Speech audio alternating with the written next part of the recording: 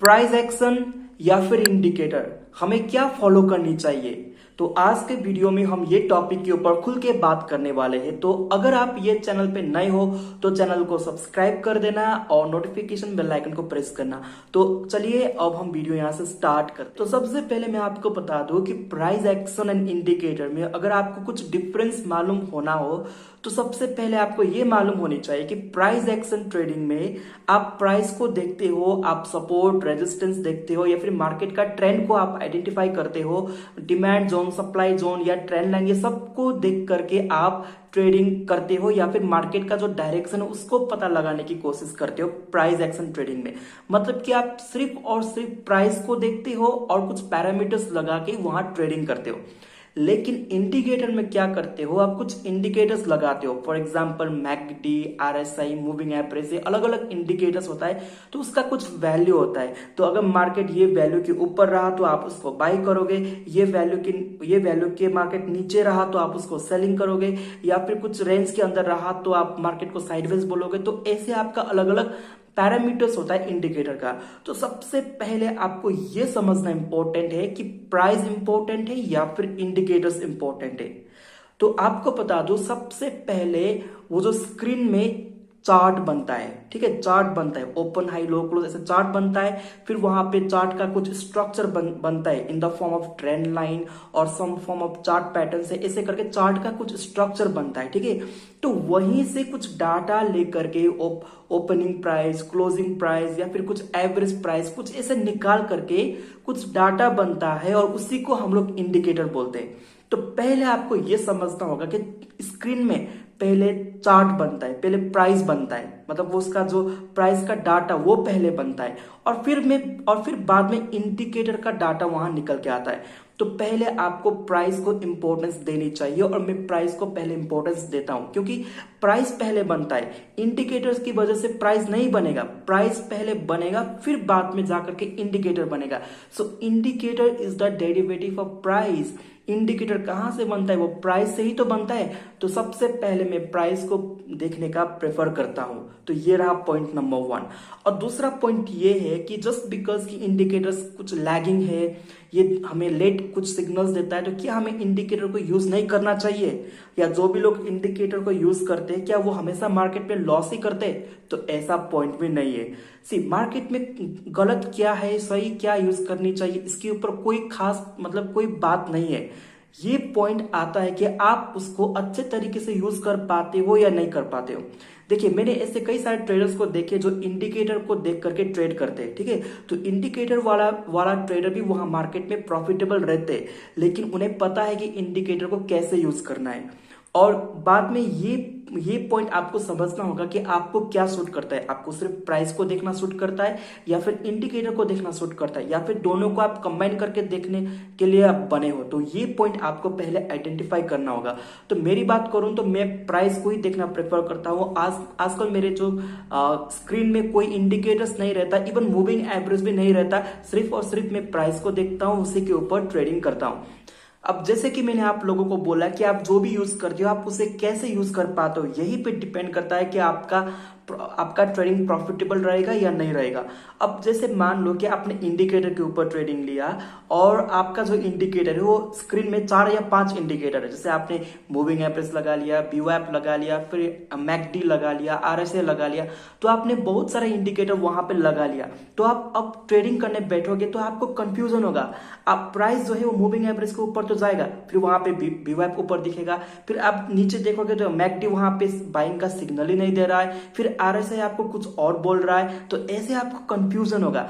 मतलब आप अगर इंडिकेटर को यूज करते भी हो तो ज्यादा इंडिकेटर को यूज नहीं करने का। आप सिर्फ 1 या 2 ही इंडिकेटर अपने चार्ट में लगा के ट्रेड कर सकते हो, अगर आपको इंडिकेटर को देख करके ट्रेड लेना हो तभी। और एक चीज और बता दो, क्या प्राइस एक्शन ट्रेडर कंफ्यूजन नहीं होते कि जैसे इंडिकेटर वाले ट्रेडर होते? देखिए, प्राइस एक्शन ट्रेडिंग में भी एक पॉइंट है। अगर आपको प्राइस एक्शन ट्रेडिंग आता ही नहीं है तो आप क्या करोगे, स्क्रीन पे जाकर के आप हजारों ट्रेंड लाइन बना दोगे। इधर भी ट्रेंड लाइन बना लिया, फिर उधर भी कुछ बना लिया, इधर भी सपोर्ट, इधर भी रेजिस्टेंस, तो आपका चार्ट वहां पे ज्यादा ड्राइंग की वजह से नहीं दिखता है। तो यहाँ प्राइस एक्शन ट्रेडर भी कंफ्यूजन में होते हैं क्योंकि वहां पे उसने चार्ट में बहुत सारा लाइन ड्रॉ किया, इधर से उधर, उधर से इधर, बहुत सारा लाइन को ड्रॉ किया। तो मैं ये कहना चाह रहा हूं कि आप प्राइस एक्शन ट्रेडिंग करो या फिर आप इंडिकेटर ट्रेडिंग करो, तो आपका जो स्क्रीन में जो एक्स्ट्रा ड्राइंग होता है या फिर कुछ इंडिकेटर्स लगाना होता है वो कम ही रखना चाहिए। क्योंकि अगर आप वहां पे कम रखोगे तो आपको जो प्राइस बोलना चाह रहा है वो आपको क्लियरली विजिबल होगा। As a price action trader मैंने ऐसे कई सारे ट्रेडर्स को देखे जो हजारों मतलब चार्ट में ड्राइंग करते, इधर से उधर, उधर से इधर, बहुत सारा ड्राइंग करते। तो ये ड्राइंग करने की वजह से भले ही वो प्राइस एक्शन ट्रेडर है, लेकिन ज्यादा ड्राइंग की वजह से वो खुद कंफ्यूज हो जाते हैं। ठीक है, इधर भी सपोर्ट दिखा, उधर भी सपोर्ट दिखा, इधर भी रेजिस्टेंस दिखा, फिर इधर भी रेजिस्टेंस दिखा, तो ऐसे करके सपोर्ट मतलब वो लोग कंफ्यूज हो जाते हैं। तो आप जो भी यूज करते हो आपको ये आनी चाहिए कि आप उसको अच्छे तरीके से यूज कर पा रहे हो या नहीं कर पा रहे हो, ये आपको समझना जरूरी है। और एक और पॉइंट मैं आप लोगों को बताना चाहूंगा कि जो भी लोग प्राइस एक्शन ट्रेडर होते हैं वो इंडिकेटर वाले ट्रेडर को ये बोलते हैं कि इंडिकेटर को यूज करोगे तो आपको लेट एंट्री मिलेगा। हाँ, ये बात जरूर है कि जो इंडिकेटर वाले जो ट्रेडर्स होते हैं उनको लेट एंट्री जरूर वहां मिलता है, लेकिन प्राइस एक्शन ट्रेडर को भी कभी कभार लेट एंट्री मिलता है, क्योंकि हम जो है भगवान नहीं है कि मार्केट का जो टॉप और बॉटम को कैच कर पाए। तो कभी कभार हमें कंफर्मेशन को देखते देखते प्राइस ऑलरेडी मोमेंटम कर चुका होता है। ठीक है, तो ये पॉइंट को भी आपको समझना है कि मार्केट में लेट एंट्री, चाहे वो इंडिकेटर वाले हो, उन लोगों का भी कभी कभार लेट एंट्री होता है, या जो प्राइस एक्शन के ऊपर ट्रेड करते हैं वो लोगों का भी कभी कभार लेट एंट्री होता है। और फाइनली ये वीडियो में मैं आप लोगों को कुछ कंक्लूजन देना हो तो यही बोलूंगा कि अगर आपको ट्रेडिंग को सीखना है, ठीक है, तो आपको प्राइस एक्शन को देखना ही पड़ेगा। क्योंकि जो भी लोग मार्केट में इंडिकेटर को भी यूज करते हैं वो प्राइस को भी देखते हैं, मतलब जो प्रोफेशनली इंडिकेटर को यूज करते हैं वो प्राइस को भी देखते हैं, वो प्राइस और इंडिकेटर दोनों को कंबाइन करते हैं। और जो प्राइस एक्शन ट्रेडर होते हैं वो सिर्फ और सिर्फ प्राइस को देख करके भी ट्रेड कर सकते हैं। ठीक है, क्योंकि प्राइस ही इंपॉर्टेंस होता है। अब इंडिकेटर्स देखो, इंडिकेटर हजारों इंडिकेटर्स है, indicator will come and go but price action will remain forever. Okay, तो इसीलिए आपको प्राइस एक्शन को ही आपको जानना है, उसके ऊपर ही आपको ट्रेड लेने आना चाहिए। और हाँ, आप अगर एक दो इंडिकेटर्स उसके साथ ऐड करोगे तो कोई प्रॉब्लम नहीं है। और अगर आपको इंडिकेटर्स के ऊपर ही अगर आप ट्रेड लोगे तो आप कहीं ना कहीं आपको ऐसा लगने लगेगा कि हाँ मैं कुछ अब मुझे चेंज करना पड़ेगा, तो आप बाद में आप चेंज कर सकते हो, पूरा का पूरा प्राइस एक्शन के ऊपर आ सकते हो। ऐसे कई सारे प्रोफेशनल ट्रेडर को मैंने देखी जो स्टार्टिंग में भले ही वो इंडिकेटर्स को यूज करते थे, एक या दो तीन इंडिकेटर्स को वो लोग यूज करते थे, लेकिन अभी उन्होंने यूज करना ही बंद कर दिया। ठीक है, तो आपको ये पॉइंट को भी ध्यान में रखना है। और एक चीज और बता दूं आप लोगों को, जो प्राइस एक्शन ट्रेडर होता है, ठीक है, प्राइस एक्शन ट्रेडर को भी वहां मार्केट में कुछ फॉल्स सिग्नल मिलता है। जैसे कि इंडिकेटर ट्रेडर को एक फॉल्स सिग्नल मिल सकता है, तो प्राइस एक्शन ट्रेडर को भी फॉल्स सिग्नल मिल सकता है। लेकिन प्राइस एक्शन में ये बेनिफिट है कि आप वो फॉल्स सिग्नल को भी आइडेंटिफाई कर सकते हो, क्योंकि प्राइस एक्शन में अगर आपने साइकोलॉजी को मिक्स किया या मार्केट का सेंटिमेंट्स या कुछ आपने फंडामेंटल्स को थोड़ा बहुत ऐड किया तो आपको वहां मालूम हो जाएगा कि आपको कहां पे फेक सिग्नल मिल सकता है। लेकिन इंडिकेटर वाला ट्रेडिंग में ऐसा नहीं होता है। तो ये पॉइंट पे आप लोगों को समझना है कि आई होप कि आप लोगों को मैंने ये समझाया।